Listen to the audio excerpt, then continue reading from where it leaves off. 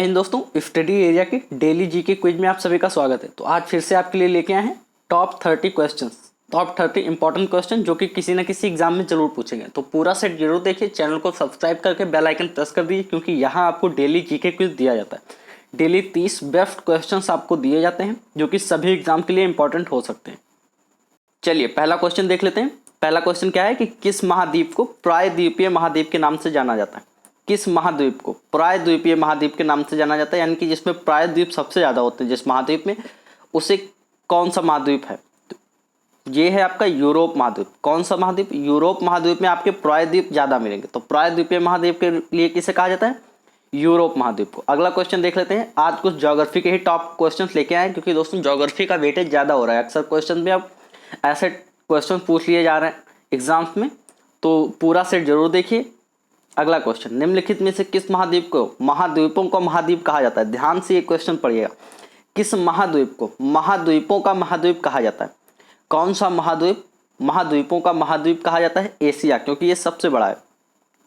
तो एशिया महाद्वीप आपका महाद्वीपों का महाद्वीप कहा जाता है। आज के सभी क्वेश्चन बहुत ध्यान से पढ़ने वाले हैं दोस्तों, तो ध्यान से मेरी बात सुनिए कि मैं क्या बोल रहा हूँ। सारे क्वेश्चन बहुत इंपॉर्टेंट है, क्योंकि सारे क्वेश्चन एक या दो बार जरूर पूछे गए हैं। कुछ क्वेश्चन इसमें ऐसे हैं जो दो बार भी रिपीट हुए हैं, तो मैं ऐसे ही क्वेश्चन लेके आया हूँ। तो सारे क्वेश्चन ध्यान से देखें। निम्नलिखित में से कौन सा एक द्वीपीय महाद्वीप के नाम से जाना जाता है? कौन सा एक द्वीपीय महाद्वीप के नाम से जाना जाता है, यानी कि जिसमें केवल एक द्वीप है? कौन सा ऐसा एक द्वीपीय महाद्वीप है? तो वो है आपका ऑस्ट्रेलिया। कौन सा है? ऑस्ट्रेलिया। ये सारे क्वेश्चन इंपॉर्टेंट दोस्तों, हवा में बात नहीं कर रहा हूँ मैं, सारे क्वेश्चन पूछे गए हैं। अगला क्वेश्चन क्या है कि प्रति चक्रवात की आकृति सामान्यतया होती है। प्रति चक्रवात की आकृति सामान्यतया कैसी होती? तो प्रति चक्रवात की आकृति सामान्यतया ये होती है आपका गोलाकार। कैसी होती है दोस्तों? गोलाकार होती है, बात ध्यान रखेंगे। अगला क्वेश्चन है, लोयस का पठार है। लोयस का पठार किस तरह का है? देखिए ऑप्शन देख के भी आपको कुछ अंदाजा लगाना पड़ता है। पवनकृत है या जलकृत है या नदीकृत है या इनमें से कोई नहीं, यानी कि लोयस के पठार में पवनें ज़्यादा हैं, जल ज़्यादा है या नदियाँ ज़्यादा हैं? तो दोस्तों लोयस का पठार, इसमें आपकी पवनें ज़्यादा हैं। किस तरह की है? ये पवनकृत है। ये क्वेश्चन भी एक बार एसएससी में पूछा गया है, तो यहाँ पे दे दिया गया है। तो ये पवनकृत है लोयस का पठार। अगला क्वेश्चन है, विश्व की कुल जनसंख्या का कितना प्रतिशत हिस्सा मैदानों में निवास करता है? ये क्वेश्चन आपने इससे पहले कभी ना कभी जरूर पढ़ा होगा। अगर आप भूल गए हैं तो आज ही रिवाइज कर लीजिए। 90% होती है, और अगर नहीं भूले तो बहुत अच्छी बात है। विश्व की कुल जनसंख्या का कितना प्रतिशत हिस्सा मैदानों में निवास करता है? 90%। और बाकी जो 10% है वो पहाड़ी, पर्वतीय या वनों के क्षेत्र में निवास करता है। अगला क्वेश्चन है, ड्रैकेंसबर्ग पर्वत है। ड्रैकेंसबर्ग पर्वत कहाँ पे है? ये भी क्वेश्चन आपका रेलवे में एक बार पूछा गया है ये क्वेश्चन, तो ये क्वेश्चन ध्यान से देख लीजिए। ड्रैकेंसबर्ग पर्वत कहाँ पे है? तो ड्रैकेंसबर्ग पर्वत है आपका दक्षिण अफ्रीका में। कहाँ पे है? दक्षिण अफ्रीका में आपका ड्रैकेंसबर्ग पर्वत है। अगला क्वेश्चन है, निम्नलिखित में से किस देश में लोयस के मैदान नहीं पाए जाते हैं? किस देश में लोयस के मैदान नहीं पाए जाते हैं? तो किस देश में नहीं पाए जाते हैं? तो दोस्तों ये आपके नहीं पाए जाते हैं कंबोडिया में। बाकी यूक्रेन और न्यूजीलैंड दोनों ही जगह लोयस के मैदान पाए जाते हैं।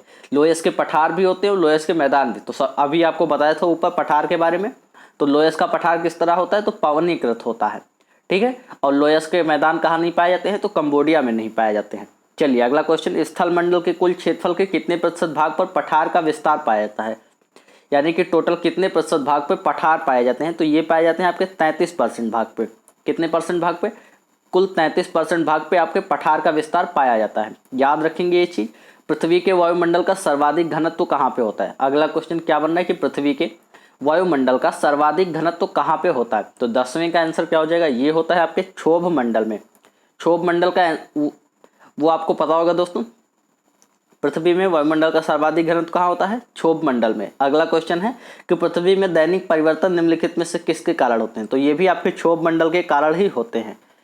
वायुमंडल में दैनिक मौसम परिवर्तन, तो मौसम परिवर्तन भी आपका क्षोभ मंडल के कारण होता है। ये दोनों ही क्वेश्चन पूछे गए हैं एसएससी जीडी के एग्जाम में, तो ये इसलिए यहाँ पे रख दिया गया है। चलिए अगला क्वेश्चन है कि पठारी क्षेत्रों में निम्न में से कौन सा खनिज नहीं पाया जाता है? पठारी क्षेत्रों में निम्न में से कौन सा खनिज नहीं पाया जाता है? तो दोस्तों पठारी क्षेत्र में आपका खनिज तेल मिलना कहीं से भी संभव नहीं है, क्योंकि खनिज तेल मरुस्थलीय प्रदेशों में मिलता है, जैसे सऊदी वऊदी हो गया।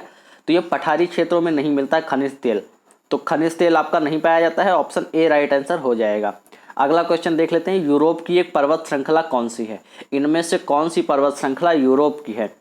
तो दोस्तों सभी को पता होगा हिमालय तो अपने भारत की है, यानी कि एशिया की पर्वत श्रृंखला है। तो यूरोप की पर्वत श्रृंखला है आपका आल्पस पर्वत। कौन सा पर्वत है? आल्पस पर्वत। तो ये याद रखेंगे, ये क्वेश्चन भी पूछा गया है। सारे क्वेश्चन किसी ना किसी एग्जाम में जरूर पूछे गए हैं। निम्नलिखित में से किस महासागर को छिपता हुआ महासागर कहा जाता है? छिपता हुआ महासागर किस महासागर को कहा जाता है? तो ये कहा जाता है दोस्तों किसे? आपके आर्कटिक महासागर को। किसको कहा जाता है? आर्कटिक महासागर को छिपता हुआ महासागर कहा जाता है। अगला क्वेश्चन है, विश्व का सबसे बड़ा शीत मरुस्थल कौन सा है? तो विश्व का सबसे बड़ा शीत मरुस्थल कौन सा है? ये है आपका गोबी मरुस्थल। गोबी मरुस्थल सबसे बड़ा शीत मरुस्थल है। और अगर केवल मरुस्थल की बात करें तो सबसे बड़ा है सहारा मरुस्थल। याद होगा ये आपको, सहारा मरुस्थल सबसे बड़ा है, लेकिन यहाँ पे शीत मरुस्थल की बात की है तो वो हो जाएगा आपका गोबी। याद रखेंगे। अगला क्वेश्चन है, अटाकामा मरुस्थल किस दक्षिण अमेरिकी देश में है? देखिए यहाँ पे ये भी बता गया कि दक्षिण अमेरिकी देश में। तो दोस्तों अटाकामा मरुस्थल ये स्थित है आपके चिली में। कहाँ पे स्थित है? चिली में स्थित है आपका अटाकामा मरुस्थल। अगला क्वेश्चन है, सीफ का निर्माण किससे होता है? सीफ का निर्माण किससे होता है? तो ये होता है आपका पवनों से। किससे होता है? पवनों से। याद रखेंगे। अगला क्वेश्चन क्या है, ड्रमलिन क्या है? ड्रमलिन क्या है दोस्तों? आपको बताना है ड्रमलिन। तो ड्रमलिन है आपका एक अंडाकार पर्वत है। क्या है? अंडाकार पर्वत है आपका ड्रमलिन। अगला क्वेश्चन है, यू आकार की घाटी कहाँ पर पाई जाती है? यू आकार की घाटी कहाँ पर पाई जाती है? यू आकार की घाटी के बारे में सभी को पता होगा। तो यू आकार की घाटी कहाँ पाई जाती है? ये पाई जाती है आपका हिमानी क्षेत्रों में। कहाँ पे? हिमानी क्षेत्रों में पाई जाती है। अगला क्वेश्चन है, विश्व का मरुस्थल विहीन महाद्वीप कौन सा है? विश्व का मरुस्थल विहीन महाद्वीप कौन सा है? तो विश्व का मरुस्थल विहीन महाद्वीप है आपका यूरोप। कौन सा है दोस्तों? यूरोप। यहाँ पे कोई भी मरुस्थल नहीं है इस महाद्वीप में। यूरोप में कोई भी मरुस्थल नहीं है। अभी आपको बताया था सबसे बड़ा शीत मरुस्थल गोबी का मरुस्थल, और सबसे बड़ा मरुस्थल तो सहारा का मरुस्थल। अगला क्वेश्चन है, सेचुरा मरुभूमि किस देश में स्थित है? सेचुरा मरुभूमि किस देश में स्थित है? तो ये स्थित है आपका पेरू में। कहाँ पे? पेरू में। और पेरू में ही आपका एक आश्चर्य, मतलब जो कि 7वां आश्चर्य स्थित है, माचू पिच्चू की पहाड़ियाँ, ये भी पेरू में ही स्थित हैं। ये बात याद रखेंगे। अगला क्वेश्चन है, द्वीपों की सर्वाधिक संख्या किस महासागर में देखने को मिलती है?